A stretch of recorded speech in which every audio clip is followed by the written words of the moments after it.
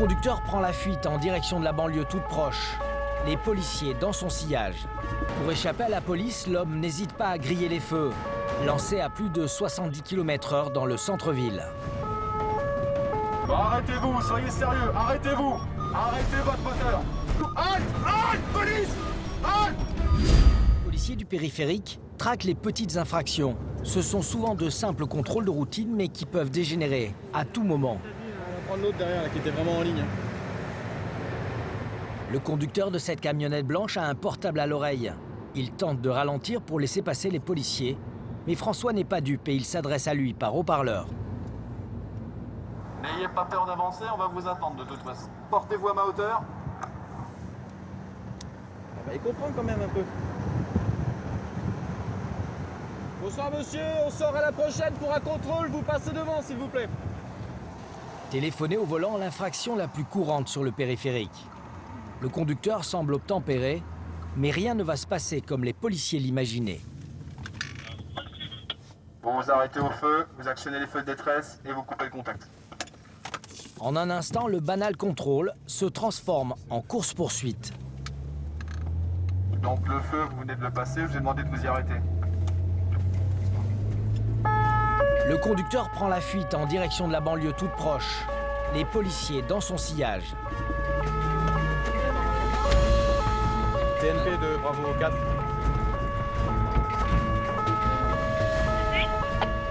On est face à un refus d'obtempérer. On est sorti à Villette. L'individu a pris direction de la banlieue. Conduit un véhicule de marque Nissan numéro 860. Pour échapper à la police, l'homme n'hésite pas à griller les feux, lancé à plus de 70 km/h dans le centre-ville. Passe à gauche. C'est bon, ça va. À cette vitesse, un accident grave peut arriver à tout moment. Attention. Droite. Les policiers doivent ralentir, le fuyard en profite pour augmenter son avance. Droite. Ici. Il est tout droit. Le chauffard est toujours devant, mais il n'a pas réussi à semer la voiture de François. Alors le policier tente une nouvelle fois de le raisonner. Bon, arrêtez-vous, soyez sérieux, arrêtez-vous. Arrêtez votre moteur. Coupez. Arrêtez-vous, halte, la voiture noire, arrêtez-vous. Dans sa course effrénée, le chauffard manque de peu l'accident avec d'autres voitures. Bon allez, le Nissan, arrêtez-vous, halte, police, halte. Faites pas n'importe quoi, soyez pas idiots, arrêtez-vous. Malgré les injonctions de François, la course-poursuite dure depuis 10 minutes. Mais à l'angle de cette rue, la camionnette est obligée de s'arrêter, bloquée par la circulation. Allez, arrêtez, soyez pas idiots, prenez pas de risque, aggravez pas votre cas. Coupez le moteur. Halte. Les policiers vont interpeller le conducteur, mais vu son comportement, la situation peut être dangereuse. Ils encerclent le véhicule pendant que François maîtrise le fuyard. Qu'est-ce qui t'est passé par la tête? Qu'est-ce qui t'est passé par la tête? Je travaille. Mais je veux bien savoir que tu travailles. Y a rien, Mais tu te rends compte de ce que t'as fait là? Allez, descends le menottes, le mets plus vite. Descends, obéis. Ça suffit tes conneries.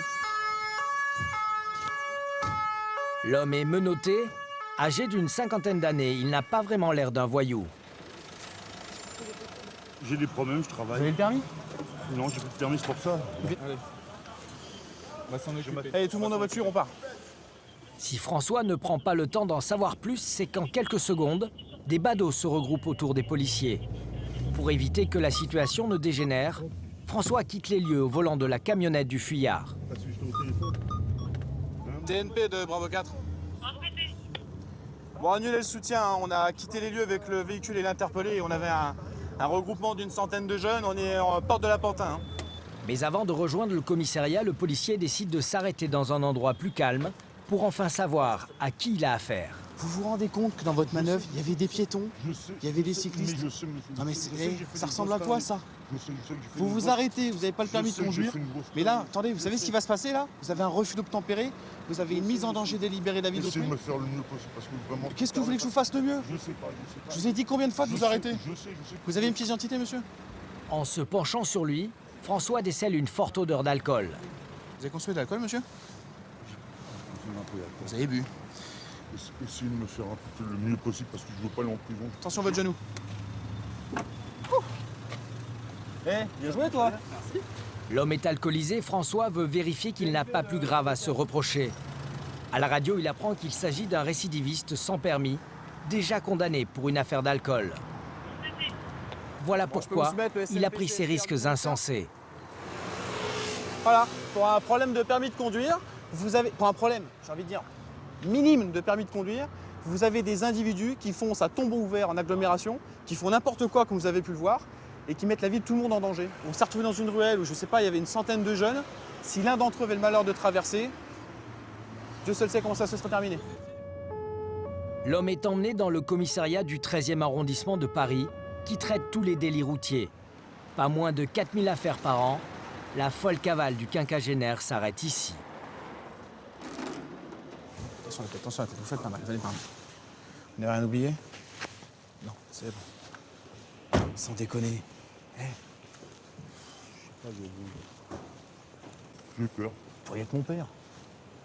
Toujours est-il, ça s'appelle malgré tout. Mais avant d'être entendu par un officier de police judiciaire, l'homme doit souffler dans le ballon. Et sans surprise, le test est positif, 2 fois plus que la limite autorisée. Alors, 0,59 pour la première mesure. On attend 5 minutes, on va refaire une deuxième mesure.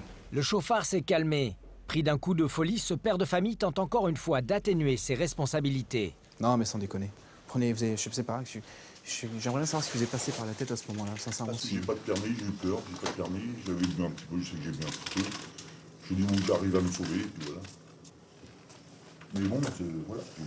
Moi, je pense à ma vie de famille, j'ai des problèmes, j'ai des problèmes d'argent. Vous avez l'air d'être quelqu'un de tout à fait respectable. Hein. Objectivement, j'essaie de prendre un petit peu de recul, me dire, mais qu'est-ce qui est passé par la tête de ce monsieur, qui a l'air d'être quelqu'un de sensé? Je pensais aller voir ma fille ce soir. Et vous imaginez, nous, ce qu'on se dit? Pourquoi il se sauve avec sa camionnette? Qu'est-ce qu'il y a dans la camionnette? Qui est au volant de la camionnette? Mais bien sûr. L'objectif, c'était ça, c'était de jeter le camion? Ranger le camion, prendre mon train, rentrer aller voir ma fille. Ma fille en Normandie. Ça fait presque mal au cœur de voir que c'est juste quelqu'un qui était motivé et par la peur et par l'envie de voir son enfant ce soir. Quoi. Malgré sa bonne foi, l'homme sera placé en garde à vue et jugé en comparution immédiate quelques jours plus tard. Il a été condamné à 6 mois de prison avec sursis, assorti de 2 ans de mise à l'épreuve. Comme souvent sur le périphérique, les grosses affaires commencent par des infractions mineures. Des infractions qui sont aussi la cause de nombreux accidents.